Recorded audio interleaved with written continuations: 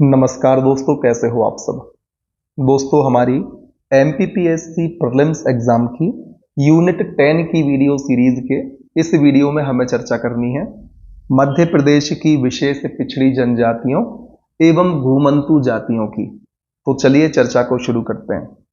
दोस्तों, सबसे पहले हमें बात करनी है मध्य प्रदेश की प्रमुख घुमक्कड़ और अर्ध घुमक्कड़ जातियों की।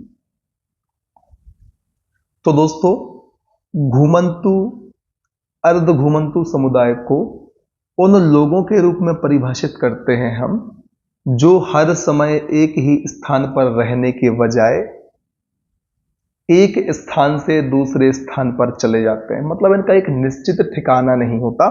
उन्हें हम घुमंतू या अर्ध घुमंतू समुदाय के लोगों के रूप में परिभाषित करते हैं।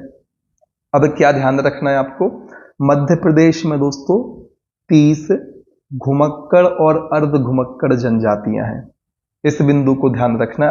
घुमक्कड़ और अर्ध घुमक्कड़ जनजातियों की संख्या मध्य प्रदेश में कुल कितनी है, तो वह है 30।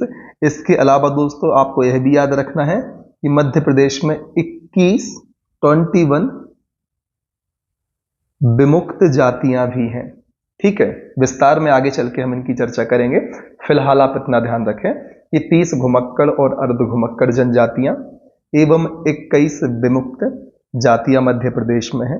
इस प्रकार से यदि कोई प्रश्न पूछे कि मध्य प्रदेश में कुल घुमक्कड़, अर्ध घुमक्कड़ एवं विमुक्त जातियों की संख्या कितनी है, तब आपको इन तीनों का टोटल आंसर करना होगा 51, अर्थात 51।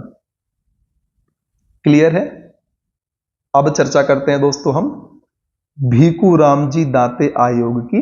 आपको इतना ध्यान रखना है कि भीखू रामजी दाते आयोग का संबंध घुमंतू अर्ध घुमंतू समुदाय के सुधारों से है। भीखू रामजी इदाते आयोग, इसको शॉर्ट में इदाते आयोग के नाम से भी आपके एग्जाम में प्रश्न पूछा जा सकता है। तो घुमंतू अर्ध घुमंतू समुदाय के सुधारों के संबंध में यह आयोग है। अब इसके अलावा दोस्तों हम बात कर लेते हैं घुमक्कड़ अर्ध घुमक्कड़ समुदायों की कौन कौन से हैं। तो आपको इनको ध्यान रखने का प्रयास करना है, लेकिन तनाव कदापि नहीं लेना है। ठीक, तो आप ध्यान रखिए बलदिया, बाछोबालिया, भाट, भंतू, देसर, दुर्गी मुरागी, घिसाड़ी, गोंधली, ईरानी, जोगी, जोशी बाल संतोषी, काशी कापड़ी, कलंदर नागफड़ा, कामद, करोला, लोहार पिट्टा, नायकड़ा, शिकलिंगर या शिकलिगर, फिर सिरंगी वाला, कुचबंद, सिद्धन, बनियंथर, गद्दीज, रेभारी, ये पशुपालक हैं दोस्तों, ध्यान रखें। रेभारी कौन है, पशुपालक हैं। इसके अलावा गोलर, गोसाई, भराडी हरदास, भराडी हरबोला, हेजरा और धनगर, इन समुदायों को याद रखना है आपको। फिर दोस्तों अब हम चर्चा कर लेते हैं मध्य प्रदेश की विमुक्त जातियों की। मध्य प्रदेश में कुल कितनी विमुक्त जातियां हैं, तो 21 विमुक्त जातियां हैं। इसको आप ध्यान रखें। और दोस्तों 31 अगस्त या 31 अगस्त आपको जरूर याद रखना है। इस दिन जनजातियों के विमुक्त दिवस के रूप को हम सेलिब्रेट करते हैं। फिर यदि विमुक्त जातियों की बात करें तो इसमें दोस्तों कालबेलिया, बंजारा, सांसी, कंजर, बनछड़ा, मोघिया, भानमत, बगरी, नट, पारदी, बेदिया, हाबुड़ा, भाटू, कुचबंदिया, बिजोरिया, कबूतरी, संधिया, पासी, चंद्रवेदिया, बैरागी और सनोरिया, ये मध्य प्रदेश की विमुक्त जातियां हैं। ठीक, अब चर्चा करते हैं विमुक्त घुमक्कड़ एवं अर्ध घुमक्कड़ कल्याण विभाग की। तो दोस्तों मध्य प्रदेश के हृदय प्रदेश में विमुक्त घुमक्कड़ एवं अर्ध घुमक्कड़ जनजातियों के विकास हेतु मध्य प्रदेश शासन की अधिसूचना किस दिनांक की, 22 जून 2011 की। इसके द्वारा पृथक से विमुक्त घुमक्कड़ एवं अर्ध घुमक्कड़ जनजाति कल्याण विभाग का गठन किया गया। आपको ध्यान रखना है इस बात को। डेट भी ध्यान रखें 22 जून 2011। सन तो आपको पहली प्राथमिकता के साथ याद रखना होगा। विमुक्त घुमक्कड़ अर्ध घुमक्कड़ जनजाति कल्याण विभाग 22 जून 2011। फिर दोस्तों शासन आदेश दिनांक 12/9/2011। इस डेट को आप ध्यान ना भी रखें तो भी आपको चिंता की बात नहीं है। इस दिनांक को शासन के आदेश के माध्यम से संचालक विमुक्त घुमक्कड़ एवं अर्ध घुमक्कड़ जनजाति विकास विभाग को विभाग अध्यक्ष घोषित किया गया। तो जो इस विभाग के संचालक थे उन्हें ही विभाग का अध्यक्ष घोषित किया गया। आप इतना जरूर याद रख लें कि इसके विभाग अध्यक्ष कौन होते हैं, तो इसके संचालक को ही विभाग अध्यक्ष कह देते हैं। और फिर दोस्तों जैसा कि मैंने आपको पहले बताया था कि विमुक्त घुमक्कड़ एवं अर्ध घुमक्कड़ जनजातियों को सम्मिलित रूप से कितनी संख्या हो सकती है, तो 51। इनकी चर्चा हमने आपसे पहले ही कर ली है। अब चर्चा करते हैं मध्य प्रदेश राज्य विमुक्त घुमक्कड़ एवं अर्ध घुमक्कड़ जाति अभिकरण की। तो दोस्तों गठन कब हुआ था? वर्ष 1996 में हुआ था। ध्यान रखना है इस अभिकरण का गठन कब हुआ था? वर्ष 1996 में हुआ था। और इसके विनियम वर्ष 1995 के नाम से पंजीबद्ध कराए गए थे। और दोस्तों जो यह अभिकरण है इसमें एक होता है अध्यक्ष, 6 शासकीय एवं 5 अशासकीय सदस्य होते हैं। तो इस प्रकार से अध्यक्ष को मिलाकर कुल 12 सदस्यीय निकाय है। अध्यक्ष को अलग कर दे तो एक अध्यक्ष और 11 सदस्य, जिसमें से 6 शासकीय और 5 अशासकीय सदस्य होते हैं।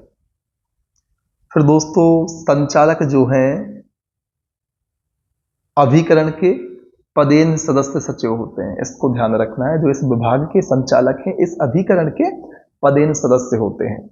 इस बात को भी आपको ध्यान रखना है, जिनकी चर्चा हमने पहले की थी विभाग अध्यक्ष के रूप में। अब फिर दोस्तों समाचार के पन्नों की बात करें तो भीखू राम जी इदाते को सामाजिक कार्य के क्षेत्र में वर्ष 2023 में पद्मश्री पुरस्कार से सम्मानित किया गया। अब दोस्तों यहां पर राज्य की प्रमुख विमुक्त घुमंतु एवं अर्ध घुमंती जातियों की चर्चा की जा रही है। उनके बारे में कुछ विशेष बिंदु हम सबके समक्ष प्रस्तुत किए जा रहे हैं, जिनको हमें ध्यान रखने का प्रयास करना है। सबसे पहले बात करते हैं बंजारा समुदाय की। दोस्तों मध्य प्रदेश में बंजारा समुदाय पिछड़ा वर्ग के अंतर्गत शामिल है और कंघी के आविष्कार का श्रेय इन्हें दिया जाता है और यह श्रृंगार प्रिय समुदाय है। इतना आपको ध्यान रखना है। बैकवर्ड क्लास के अंदर शामिल है, कंघी के आविष्कार का श्रेय और श्रृंगार प्रिय समुदाय है बंजारा समुदाय। फिर दोस्तों पारधी की बात करें तो दोस्तों पूर्व में शिकारी जाति के नाम से प्रसिद्ध थी। कौन सी जाति? पारधी जाति। इतना आपको ध्यान रखना है, ठीक। और वर्तमान में दोस्तों पारधी को अनुसूचित जाति के तहत शामिल कर लिया गया है। ध्यान रखना है, एससी के तहत पारधी को शामिल कर लिया गया है। आपको इस बात को ध्यान रखना है। फिर दोस्तों विशेष रूप से चंडी देवी या चांदी देवी की पूजा करती है पारधी जाति। और दोस्तों जो पारधी जाति की महिलाएं हैं चांदी के आभूषणों को कमर के नीचे नहीं पहनती, क्योंकि चांदी देवी या चंडी देवी की पूजा करती हैं, तो इसको ये अपमान समझते होंगे, ठीक। फिर दोस्तों बैरागी की बात करें तो वैष्णव को बैरागी की उपजाति के रूप में सम्मिलित किया गया। वैष्णव किसकी उपजाति है? तो आपको ध्यान रखना है, बैरागी की उपजाति है वैष्णव। फिर दोस्तों चर्चा करते हैं बाछड़ जनजाति या बाछड़ समुदाय की। तो आपको ध्यान रखना है जो बाछड़ समुदाय है यह विमुक्त जनजाति है और मुख्य रूप से मंदसौर जिले में निवासरत है। यह जाति जीवन यापन हेतु नट कार्य करती है और पीपल को देवता के रूप में पूजती है। कौन सी जनजाति?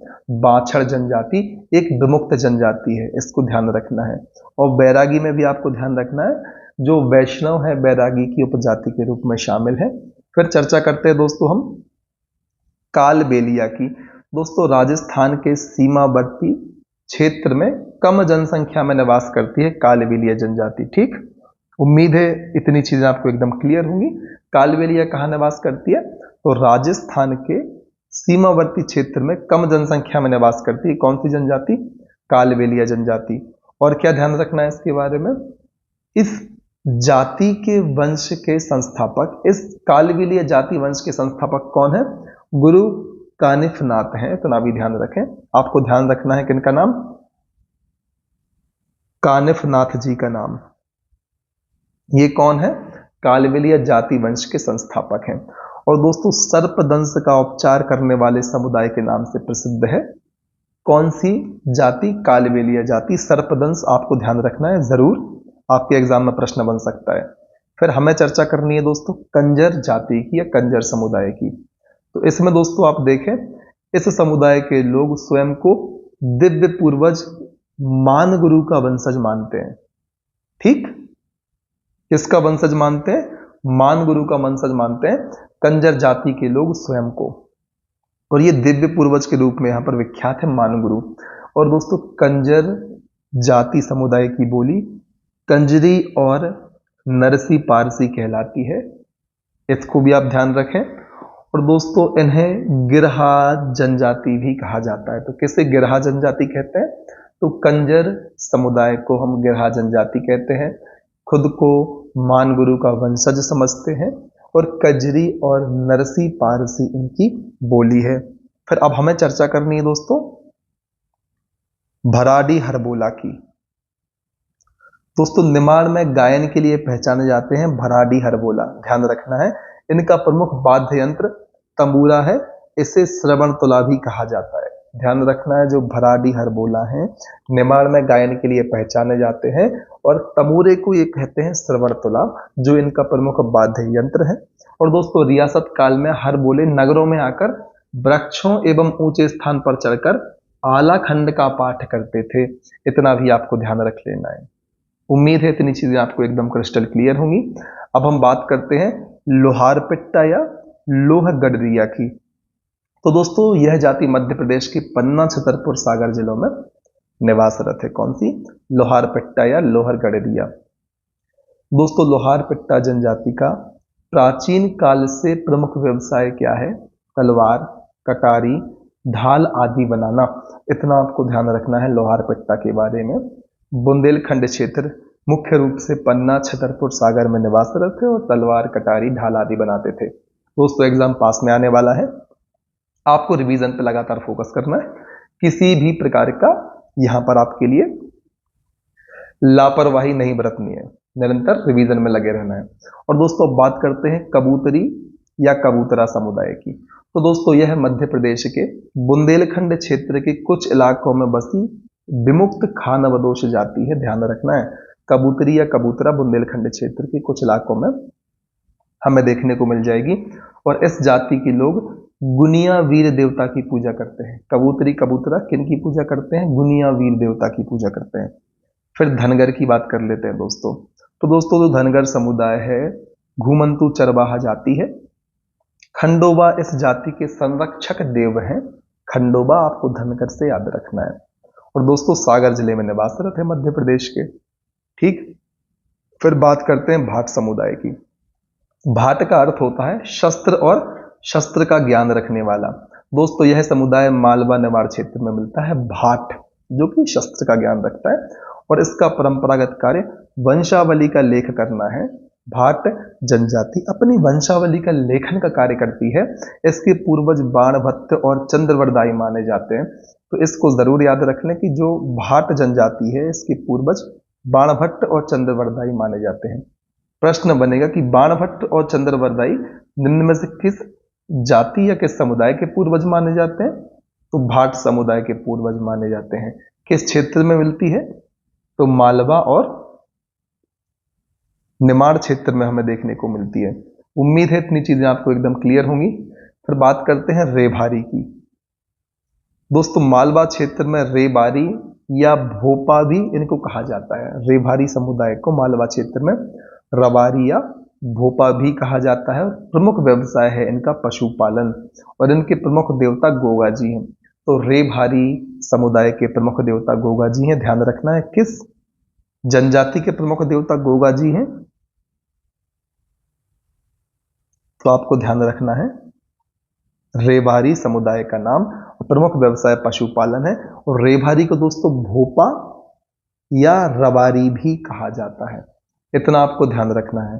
दोस्तों अब हमें चर्चा करनी है विशेष पिछड़ी जनजाति समूहों की, PVTG की, जिसका फुल फॉर्म होता है पर्टिकुलरली वर्नरेबल ट्राइबल ग्रुप्स। इस फुल फॉर्म को आपको जरूर याद रखना है। PSC सामान्यतः फुल फॉर्म से भी सीधे सीधे प्रश्न उठाकर पूछ लेती है, तो आपको किसी भी प्रकार की कोताही नहीं बरतना। PVTG का फुल फॉर्म भी ध्यान रखना है। और कौन कौन से ऐसे समुदाय हैं जो मध्य प्रदेश की विशेष पिछड़ी जातियों में आते हैं, तो आपको ध्यान रखना है सहरिया, वेगा और भारिया समुदाय का नाम। दोस्तों, भारत में विशेष पिछड़ी जनजाति का दर्जा किसके द्वारा निर्धारित किया जाता है? तो यहां आपको ध्यान रखना है, यह दर्जा केंद्र सरकार के गृह मंत्रालय द्वारा निर्धारित किया जाता है कि आखिर किसको या किस जनजाति को यह दर्जा मिलना चाहिए। तो दोस्तों, 2006 में आदिम जाति समूह प्रिमिटिव ट्राइबल ग्रुप PGT का नाम परिवर्तित करके विशेष पिछड़ी जनजाति समूह या PVTG कर दिया गया। पहले विशेष पिछड़ी जनजाति समूह को हम आदिम जनजाति समूह कहते थे। कब? वर्ष 2006 तक।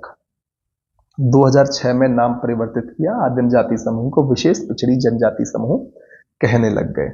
और दोस्तों, बात करते हैं इंडिया की, तो भारत में कुल 75 पिछड़ी जातियां हैं। मध्य प्रदेश में इनकी संख्या हमने देखी 3 है। 3 कौन कौन सी है? तो भारिया, बैगा और सहरिया। दोस्तों, अब बात करते हैं कि किसी जनजाति को पिछड़ा घोषित करने के मापदंड क्या हो सकते हैं। तो दोस्तों, स्थिर या कम होती जनसंख्या पहला बिंदु, न्यूनतम साक्षरता, कृषि की आदिम तकनीक अर्थात पारंपरिक तरीके से अति प्राचीन तरीकों से कृषि करना, कोई आधुनिक तकनीक का प्रयोग नहीं करते, आर्थिक पिछड़ापन दोस्तों इनमें देखने को मिलेगा। तो इस प्रकार से हम अति पिछड़ी जातियों के मापदंड देखते हैं। फिर हम बात कर लेते हैं दोस्तों इन पिछड़ी जातियों की एक करके विस्तार से। ज्यादा विस्तार से हम इस अध्याय में इनकी चर्चा नहीं करेंगे, क्योंकि जो मध्य प्रदेश की प्रमुख जातियां हैं उस अध्याय में हमने बहुत डिटेल में इनकी चर्चा करी है। तो यहां पर हम कुछ बिंदु की चर्चा ही करेंगे। ठीक, सबसे पहले बात करते हैं दोस्तों सहरिया जनजाति की। क्षेत्र हम सभी जानते हैं ग्वालियर संभाग, और ग्वालियर संभाग में भी बात करें तो मुख्य रूप से श्योपुर, ग्वालियर और शिवपुरी में आपके लिए सहरिया जनजाति देखने को मिल जाएगी। उपजातियों की बात करें दोस्तों इसकी, तो आपको ध्यान रखना है सबर और सौर का नाम। ठीक, फिर दोस्तों जनसंख्या की बात करें तो 6.15 लाख जनसंख्या सहरिया की पूरे मध्य प्रदेश में है, जो कुल जनजाति जनसंख्या का 4% हिस्सा रखता है। सबर और सौर आपको जरूर याद रखना है, सहरिया जनजाति की उपजातियां हैं। और दोस्तों, सहरिया जनजाति की बसाहट को हम कहते हैं सहराना। इसकी चर्चा हम पहले कर चुके हैं। अब बात करते हैं सहरिया विकास अभिकरण की। तो दोस्तों, कहां कहां पर है आपको देखना है, ग्वालियर दतिया में, श्योपुर मुरैना भिंड में, शिवपुरी में और अशोकनगर गुना में। उम्मीद है इतनी चीजें क्लियर होंगी। अब हम बात करते हैं दूसरी विशेष पिछड़ी जनजाति की, जिसका नाम है बैगा। बैगाचक क्षेत्र दोस्तों हमने देखा था, डिंडोरी मंडला को कहते हैं। और इसके अलावा बालाघाट उमरिया में आपको बैगा जनजाति देखने को मिल जाएगी। उम्मीद है इतनी चीजें आपको एकदम क्लियर होंगी। ठीक, फिर इनकी उपजाति की बात करें बैगा की, तो बिंझावर, भरौतिया, नरौतिया, रेमैना, काठमैना, बादमैना और नाहर। बिंझावर, भरौतिया, नरौतिया, रेमैना, काठमैना, बादमैना और नाहर, इतना आपको ध्यान रखना है। जनसंख्या की बात करें तो 4.15 लाख जनसंख्या, जो कुल जनसंख्या प्रतिशत का 2.5% हिस्सा कवर करता है। जी सब लगभग में आंकड़ों की बात कर रहे हैं दोस्तों हम। और बैगा को जनजातियों में जादूगर चिकित्सक व्यक्ति कहा जाता है, इसको भी आपको ध्यान रखना है। यदि हम बात करें बैगा विकास अभिकरण की, तो आपको मंडला, डिंडोरी, शहडोल, उमरिया, बेहर, बालाघाट और पुष्पराजगढ़, अनूपपुर में देखने को मिल जाएंगे। कुल 6 बैगा विकास अभिकरण है। मंडला, डिंडोरी, बैगाचक क्षेत्र में मिलने ही मिलने हैं। इसके अलावा अनूपपुर, बालाघाट, अनूपपुर में पुष्पराजगढ़ में, बालाघाट में बेहर में देखने को मिलेगा और शहडोल उमरिया में आपको देखने को मिल जाएगा। उम्मीद है इतनी चीजें क्लियर होंगी। अब बारी आती है भारिया समुदाय की। तो दोस्तों, भारिया समुदाय के क्षेत्र की यदि हम बात करें तो भारिया समुदाय आपको मध्य प्रदेश के छिंदवाड़ा जिले के तामिया विकास खंड, मुख्य रूप से पातालकोट में एवं कुछ जबलपुर में देखने को मिलेगी। तो भूमिया, भुईहरा, पांडा और पलिहा इसकी उपजातीय हैं और 1.93 लाख इसकी जनसंख्या है, जो कुल जनसंख्या या जनजातीय जनसंख्या का मध्य प्रदेश में लगभग 1.26% हिस्सा कवर करती है। विशेष तथ्य की बात करें तो दोस्तों भारिया जनजाति महोबा या बांधवगढ़ को अपना मूल स्थान मानते हैं, इतना ध्यान रखना है। और दोस्तों भारिया विकास अभिकरण आपको तामिया छिंदवाड़ा में देखने को मिल जाएगा। तो दोस्तों जैसा कि मैंने आपसे कहा था कि विस्तार से हम चर्चा प्रमुख जनजातियों वाले अध्याय में कर चुके, तो वही यहाँ पर लिखा है कि जनजातियों का विस्तृत वर्णन हमने प्रमुख जनजातियों वाले टॉपिक में ऑलरेडी कर लिया है। अब चर्चा करते हैं मध्य प्रदेश सरकार द्वारा विभुक्त घुमक्कड़ और अर्ध घुमक्कड़ जातियों से संबंधित कौन कौन सी योजनाएं चलाई जा रही हैं उनकी। तो सबसे पहले चर्चा की जाएगी सिविल सेवा प्रोत्साहन योजना की। ठीक दोस्तों, विमुक्त घुमक्कड़ एवं अर्ध घुमक्कड़ जनजाति के योग्यता प्राप्त शिक्षित अभ्यर्थी को एमपीपीएससी यूपीएससी की सिविल सेवा परीक्षा में विभिन्न स्तरों में सफलता प्राप्त करने पर प्रोत्साहन राशि दी जाती है। तो किस प्रकार की प्रोत्साहन राशि दी जाती है? तो प्रीलिम्स उत्तीर्ण होने पर दोस्तों, यदि एमपीपीएससी का प्रीलिम्स उत्तीर्ण करता है संबंधित विद्यार्थी तो उसको 20,000, यूपीएससी के प्रीलिम्स पे 40,000, मुख्य परीक्षा उत्तीर्ण करने पर एमपीपीएससी में 30,000, यूपीएससी में 60,000, साक्षात्कार उत्तीर्ण करने पर एमपीपीएससी में 25,000, यूपीएससी में 50,000 रुपए की राशि दी जाती है। तो आप एक याद कर लें, उसका डबल कर लें। एमपीपीएससी का याद कर लें, प्रीलिम्स प्री मेंस इंटरव्यू 20,000, 30,000, 25,000, इसका डबल कर दें तो यूपीएससी का आ जाएगा 40,000, 60,000 और 50,000। फिर बात करते हैं मुख्यमंत्री आवास भाड़ा योजना। दोस्तों दूरस्थ स्थान के विमुक्त घुमक्कड़ एवं अर्ध घुमक्कड़ जनजाति के विद्यार्थी जो पोस्ट मैट्रिक स्तर की पढ़ाई हेतु दूर शहरों में आवास लेकर रहते हैं, उन्हें आवास भाड़ा भत्ता प्रदान करने हेतु यह योजना संचालित की जाती है। कौन सी? मुख्यमंत्री आवास भाड़ा योजना। किसके लिए मिलती है? पोस्ट मैट्रिक स्तर की पढ़ाई करने हेतु दूर शहरों में, दूसरे शहरों में जो विद्यार्थी निवास करते हैं उनको आवास भाड़ा भत्ता प्रदान करने हेतु मुख्यमंत्री आवास भाड़ा योजना चलाई गई थी। फिर मुख्यमंत्री विमुक्त जाति छात्रावास योजना की बात करें, कौन सी योजना? विमुक्त जाति छात्रावास योजना। तो दोस्तों विमुक्त घुमक्कड़ अर्ध घुमक्कड़ जनजाति के दूरस्थ स्थान से अध्ययन हेतु आने वाले विद्यार्थियों को आवासीय सुविधा उपलब्ध करवाने के लिए 141 विमुक्त जाति छात्रावास आश्रम सामुदायिक कल्याण केंद्रों का संचालन किया जा रहा है। दोस्तों योजना के अंतर्गत बालकों हेतु रुपए 1,090 एवं बालिकाओं हेतु 1,130 रुपए की शिष्यवृत्ति प्रति माह साल में 10 माह हेतु दी जाती है। लड़कों को कितना? 1,090 रुपए, लड़कियों को 1,130, बालक को 1090, बालिका को 1,130 रुपए शिष्यवृत्ति के रूप में प्रति माह मिलते हैं 10 माह हेतु साल में। इस बात को आपको ध्यान रखना है। फिर मुख्यमंत्री स्वरोजगार योजना। विमुक्त घुमक्कड़ अर्ध घुमक्कड़ जाति वर्ग के व्यक्तियों को आर्थिक विकास की दृष्टिगत रखते हुए स्वयं का रोजगार स्थापित करने के लिए मार्जिन मनी सहायता परियोजना लागत की 30% अधिकतम राशि रुपए 3 लाख तथा ब्याज अनुदान महिलाओं को 6% है, अदरवाइज 5%। इतना आपको ध्यान रखना है। अधिकतम 7 वर्षों तक राशि रुपए 25,000 प्रति वर्ष की सीमा में प्रदान किया जाता है। तो इतना आपको ध्यान रख लेना है। फिर मुख्यमंत्री आर्थिक कल्याण योजना। दोस्तों मुख्यमंत्री आर्थिक कल्याण योजना के अंतर्गत आपको देखना है, थोड़ा सा यहां पर ज्यादा हाईलाइट हो गया, मुख्यमंत्री आर्थिक कल्याण योजना। दोस्तों इस योजना के अंतर्गत समाज के सबसे गरीब वर्ग को कम लागत के उपकरण, कार्यशील पूंजी उपलब्ध करवाने हेतु मार्जिन मनी सहायता अर्थात लागत परियोजना का 50% और अधिकतम 15,000 रुपये उपलब्ध करवाया जाता है मुख्यमंत्री आर्थिक कल्याण योजना में। फिर नानाजी देशमुख छात्रावास योजना कब आई? सबसे पहले 2014-15 में आई नानाजी देशमुख छात्रावास योजना। यह दोस्तों केंद्रीकृत योजना है या केंद्र प्रायोजित योजना है। इस योजना का लाभ डीएनटी बालकों और बालिकाओं के लिए छात्रावासों के निर्माण के लिए दिया जाता है। इतना आपको ध्यान रखना है। फिर चर्चा करते हैं विमुक्त जाति बस्तियों में विद्युतीकरण योजना। तो दोस्तों इन समुदाय के लोगों की बस्तियों में जहां पर 100 लोगों से कम की आबादी है, विद्युत व्यवस्था नहीं है, वहां विद्युत की आपूर्ति करना। फिर आकांक्षा योजना दोस्तों, इससे एमपीपीएससी प्रश्न भी पूछ चुका है। तो मध्य प्रदेश शासन जनजातीय कार्य विभाग की योजना है।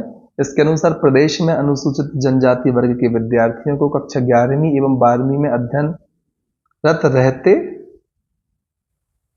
संभाग मुख्यालयों भोपाल, इंदौर, जबलपुर एवं ग्वालियर के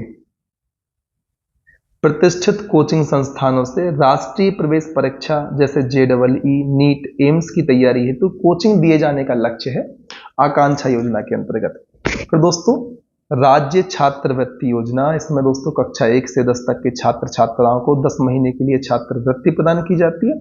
इसको आपको ध्यान रखना है।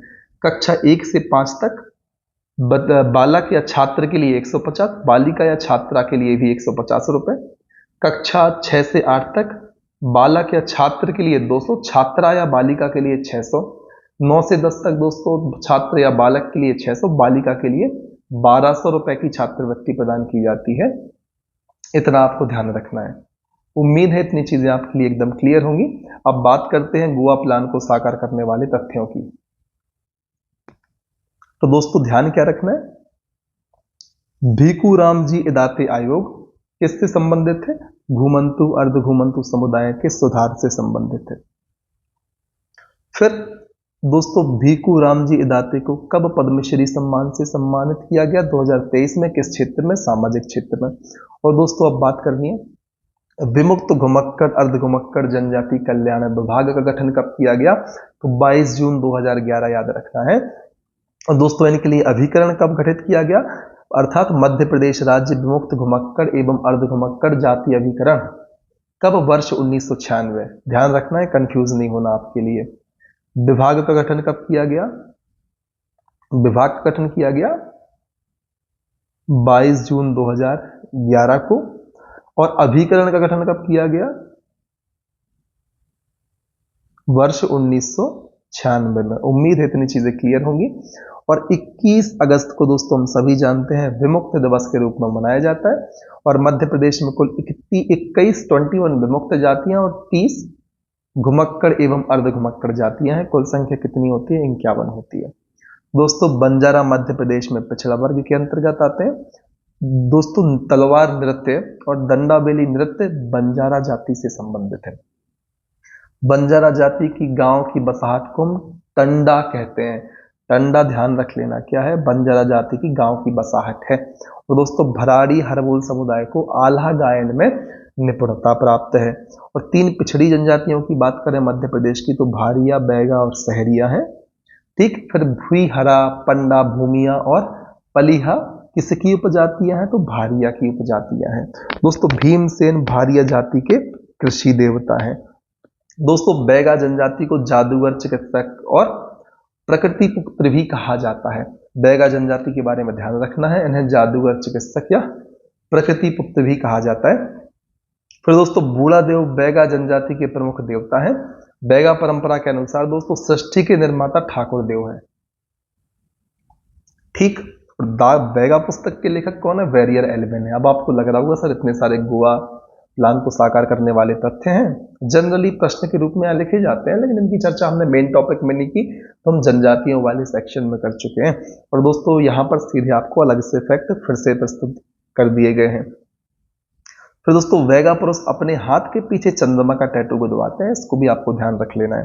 ठीक, भड़म सैतम किस का नृत्य है, भारिया का। पारसी या पासी समुदाय, दोस्तों क्या पासी समुदाय का मुख्य व्यवसाय ताड़ी निकालना है। ताड़ी को आप यदि जानते हैं तो कमेंट सेक्शन में बताएं क्या होता है। दोस्तों अवध के नवाब वाजिद अली शाह के यहाँ सेनाओं में पासी पलटन शामिल थी।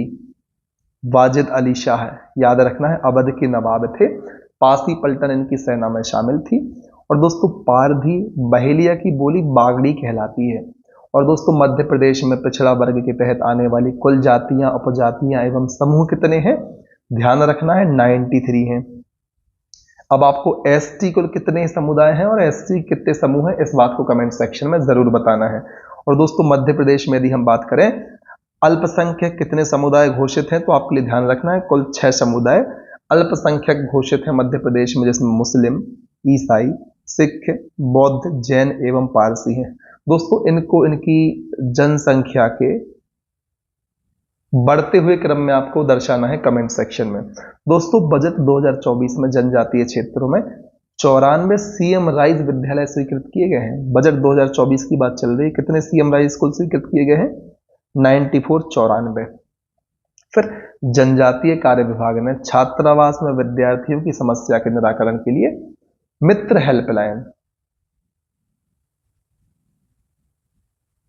हेल्पलाइन किससे संबंधित है? तो जनजातीय कार्य विभाग ने दोस्तों क्यों छात्रावास में विद्यार्थियों की समस्या के निराकरण के लिए, यह किससे संबंधित है? विद्यार्थियों की समस्या के निराकरण से संबंधित है। मित्र हेल्पलाइन किसने प्रारंभ की है? जनजातीय कार्य विभाग ने की है। और दोस्तों सागर में संत रविदास स्मारक प्रस्तावित है। इन बिंदुओं को आपको ध्यान रख लेना है इस टॉपिक के संबंध में। और अब हम बात करते हैं प्रश्न पुस्तिका की। तो सबसे पहला प्रश्न आपसे क्या पूछता है? घुमंतु जाति क्या होती है? तो दोस्तों हमने देखा था जो एक स्थान पर नहीं रहते अर्थात जिनका निवास स्थान निश्चित ना हो उसे हम कहते हैं घुमंतु जाति। मध्य प्रदेश में कितनी घुमक्कड़ और अर्धघुमक्कड़ जातियां हैं? तो इसकी चर्चा हम कर चुके हैं दोस्तों। कुल संख्या है 30। विमुक्त जातियां कितनी है? 21 है। तो कुल मिलाकर कितनी हो जाती हैं? 21 + 30 51। ठीक, विमुक्त घुमक्कड़ पूछा तो ऑप्शन नंबर ए 30 बिल्कुल सही जवाब है। प्रश्न क्रमांक 3 आपसे पूछता है कि कौन सा कथन सत्य है? कथन क्या है? सामान्यतः घुमंतु लोग कबीलाई परंपरा से प्रभावित होते हैं। बिल्कुल सही बात है, कबीले बनाकर इधर बसते हैं। कंजर और बंजारा समुदाय मध्य प्रदेश के प्रमुख घुमंतु समुदाय, इसकी चर्चा भी हम कर चुके हैं। ऑप्शन नंबर सी प्रश्न क्रमांक 3 का एकदम सही जवाब है। पर घुमंतु अर्धघुमंतु जनजातीय कल्याण विभाग की स्थापना मैंने आपको चिल्ला चिल्ला कर बोला 22 जून 2011। कहां दिखाई दे रहा है? ऑप्शन नंबर ए में दिखाई दे रहा है, आप समझ गए होंगे। ठीक, फिर मध्य प्रदेश में बंजारा समुदाय किस वर्ग के अंतर्गत शामिल है? हमने चर्चा की थी पिछड़ा वर्ग। कहां पर है? Option number C. फिर दोस्तों डंडावेली नृत्य का संबंध किस समुदाय से है? तो डंडावेली नृत्य दोस्तों Banjara, option number B correct answer है। फिर मध्य प्रदेश में कितनी जनजातियां विमुक्त घुमंतु अर्धघुमंतु के रूप में अधिसूचित है? तीनों की बात की थी, तीनों का टोटल हमने किया था। 21 + 30 कितना होता है? 51, ऑप्शन नंबर बी। विमुक्त जनजाति दिवस कब मनाते हैं? मैंने आपको चिल्ला चिल्ला कर कई बार बोला 31 अगस्त विमुक्त जाति दिवस मध्य प्रदेश में मनाते हैं। फिर भीखू राम जी आयोग का संबंध किससे है? तो हमने बात की थी 1999 घुमंतु अर्धघुमंतु समुदायों से इसका संबंध है। भीखू राम जी आयोग 1999 घुमंतु अर्धघुमंतु समुदाय। दोस्तों पन्ना सतना क्षेत्र में जो कि मध्य प्रदेश में है, हम सभी जानते हैं घुमंतु जाति, कौन सी घुमंतु जाति पाई जाती है? सीधा सा प्रश्न है। तो लोहार पिट्टा, इसकी चर्चा हमने की थी, ऑप्शन नंबर ए प्रश्न क्रमांक 10 का सही जवाब है। फिर कंजर जाति के बारे में कौन सा कथन सत्य है? कंजर जाति के बारे में तो दोस्तों जंगलों में निवास करती है, बिल्कुल सही बात है। विमुक्त प्रकार की जाति है, थोड़ी देर पहले देखा। नृत्य चक्राकार है, तो ऑप्शन नंबर डी सभी सही है। दोस्तों मध्य प्रदेश राज्य विमुक्त घुमंतु अर्धघुमंतु जनजाति अधिकरण की स्थापना कब हुई? मैंने आपसे कहा था 1996। दोस्तों निम्न में से कौन सी घुमंतु जाति नहीं है? तो कंजर, बदिया या बेदिया, पारदी, ये तीनों तो दोस्तों घुमंतु जाति हैं। चूंकि प्रश्न पूछा गया है कौन सी नहीं है, तो भिलाला नहीं है। बताना है एमपी के किस क्षेत्र में भिलाला पाई जाती है, किस जनजाति की उपजाति है, इसको आपको जरूर बताना है। फिर दोस्तों बात करते हैं भराड़ी हरबोल के बारे में, इनमें से क्या सही है? तो दोस्तों पहला है एक अर्धघुमंतु जाति है, बिल्कुल सही बात है। हमने देखा था सबसे शुरुआत में अपने लेक्चर के, नेवार क्षेत्र में पाई जाती है, बिल्कुल सही बात है। इसका प्रिय वाद्यंत्र तमूरा है, इसे हम क्या कहते हैं? कमेंट सेक्शन में बताएं। तीनों कथन इसके बारे में सही है। भराड़ी हरबोल के बारे में अर्धघुमंतु नेवार क्षेत्र में पाई जाती है, प्रमुख वाद्यंत्र प्रिय वाद्यंत्र तमूरा है, ऑप्शन नंबर डी सही जवाब है। कालबेलिया जाति के बारे में कौन सा कथन गलत है? सर्पदंश उपचार में भाई निपुण होती है, बिल्कुल हमने चर्चा की थी, बिल्कुल सही बात है। ठीक, कालबेलिया का इनका नृत्य है कालबेलिया, जो कि बहुत प्रसिद्ध है, हमने इसके बारे में भी चर्चा करी है। मध्य प्रदेश के पश्चिमी सीमावर्ती इलाकों में पाई जाती है, यह बात भी बिल्कुल सही है। पूछा गया है असत्य कौन सा है? तो ऑप्शन नंबर सी असत्य है, क्योंकि कहा है मूलतः आंध्र प्रदेश की है, जबकि ऐसा है ही नहीं। फिर बंजारा समुदाय की बात करें, कमगी का आविष्कार और श्रृंगार प्रिय, भारत का बच्चा बच्चा जानता है इन दो चीजों के बारे में। ऑप्शन नंबर सी प्रश्न क्रमांक 16 का एकदम सटीक जवाब है।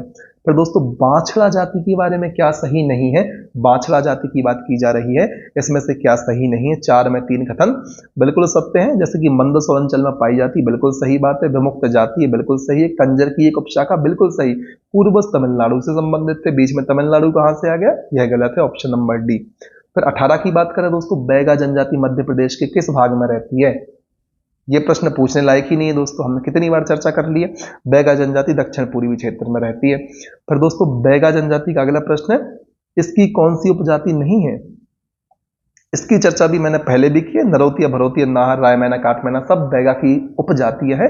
ओझा का नाम तो कभी नहीं सुना, ऑप्शन नंबर सी लगा दो। ठीक, फिर बात करते हैं बैगा जनजाति के निवास स्थान को हम क्या कहते हैं। तो दोस्तों इसकी चर्चा तो मैं सब हर चीज की है, तो बार बार मैं इस चीज को क्यों बोलूं। ठीक है, तो बैगा जनजाति के निवास स्थान को कहते हैं पूर्वा। बैगा चक का संबंध किस जिले से है, तो डिंडोरी, और हमने मंडला की बात की थी, मंडला लिखाने डिंडोरी से काम चला लेते हैं। बैगा जनजाति अपने आप को क्या मानती है, बताइए। प्रश्न क्रमांक 22, बैगा जनजाति अपने आप को मानती है धरती पुत्र। फिर 23, बैगा जनजाति के विषय में कौन सा कथन गलत है। 4 दिए, 3 सही है, 3 की सही जानकारी लगनी है, 1 गलत है दोस्तों। पूर्वी सतपुड़ा मैकाल क्षेत्र में संकेंद्रण, बिल्कुल सही बात है। विशेष पिछड़ी जाति में शामिल है, बिल्कुल सही बात है। इसके प्रमुख रूप से 5 गोत्र है, यह भी सही है। लेकिन तीसरी बड़ी जनजाति नहीं है। मध्य प्रदेश की सबसे बड़ी भील है, फिर गौड़ है, फिर कोल है, ये कह रहे बैगा है, तो ये गलत बात है दोस्तों। तो ऑप्शन नंबर सी प्रश्न क्रमांक 23 का सही जवाब है। चूंकि कथन गलत पूछा तो गलत चीज लिखी हुई है। ठीक है दोस्तों, बैगा जनजाति की नहावल प्रथा का संबंध किस चीज से है, पहले भी चर्चा की हुई है। मृत संस्कार से बैगा जनजाति की नहावल प्रथा का संबंध है। इसकी चर्चा हमने की थी प्रमुख जनजातियों वाले अध्याय में, जो इसके पहले हमने कवर किया है। फिर दोस्तों प्रश्न 25, कर्मा नृत्य के बारे में कौन सा कथन गलत है पूछा जा रहा है। फिर से आपको 3 कथन देखने को मिलेंगे जो सही है। तो दोस्तों कर्मा नृत्य बैगा और गौड़ जनजाति का प्रमुख नृत्य है, ये तो बिल्कुल सही बात लिखी हुई है। Guinness book of world record में भी शामिल है, यह भी सही है। इसका अन्य नाम भेड़म है, ये तो गलत बात है दोस्तों जो कर्मा नृत्य है करम सैनी और विश्वकर्मा को समर्पित है। चूंकि गलत पूछा, ऑप्शन नंबर सी इसका गलत जवाब है।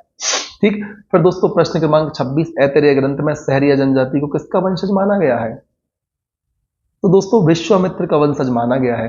दोस्तों सहरिया जनजाति का विशेष पर्व कौन सा है, आपसे प्रश्न पूछा जा रहा है। तो दोस्तों तेजा नवमी सहरिया जनजाति का विशेष पर्व है।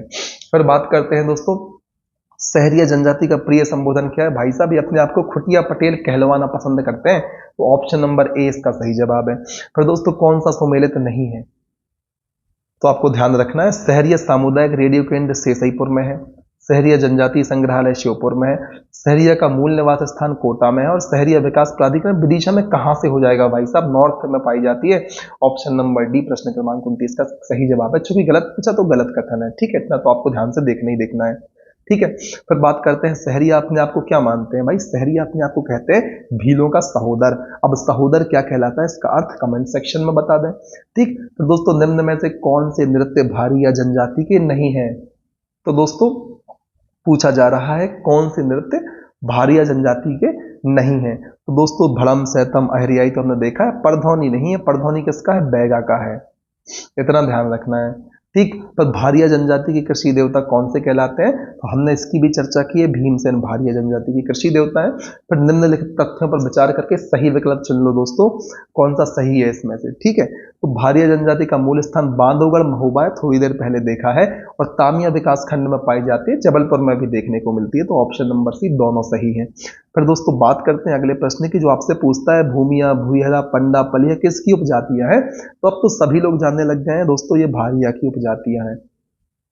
ठीक है, फिर दोस्तों बिदरी, नवाखानी, जवारा और खिचड़ी क्या है, बताइए। बिदरी, नवाखानी, जवारा और खिचड़ी क्या है। दोस्तों भारिया जनजाति के त्योहार है। आप कहेंगे सर कहां कहां से लेके आ रहे हो प्रश्न। दोस्तों पिछला वीडियो नहीं देखे आपने 2-3, उनको जरूर देख लेना, बहुत सारे प्रश्न उन या उस चैप्टर से हैं यहाँ पर। तो भारिया जनजाति के त्योहार है बिदरी, नवाखानी, जवारा और खिचड़ी। भारिया विकास प्राधिकरण कहां पर स्थित है, इसकी चर्चा भी हमने की है दोस्तों, option number D Tamia Chhindwara में स्थित है। फिर गुरु का निफनाथ किसके संस्थापक हैं। गुरु कानफनाथ की बात की जा रही है, कालबेलिया आपको ध्यान रखना है, सर्पदंश उपचार आपको याद आ गया होगा। फिर दोस्तों निम्न में से किस जाति का व्यवसाय तलवार, कटारी और ढाल आदि बनाना होता है?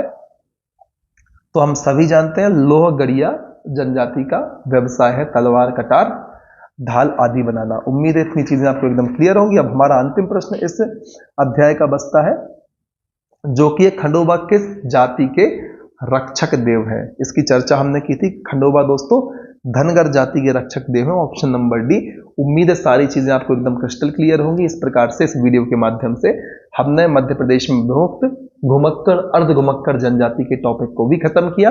अगले वीडियो में हम चर्चा करेंगे मध्य प्रदेश में जनजातियों से संबंधित योजनाओं की। तब तक के लिए आपको बने रहना है हमारे साथ, लगातार मेहनत करनी है दोस्तों, और तब तक नहीं रुकना है जब तक आपको आपका लक्ष्य प्राप्त नहीं होता। जय हिंद, वंदे मातरम।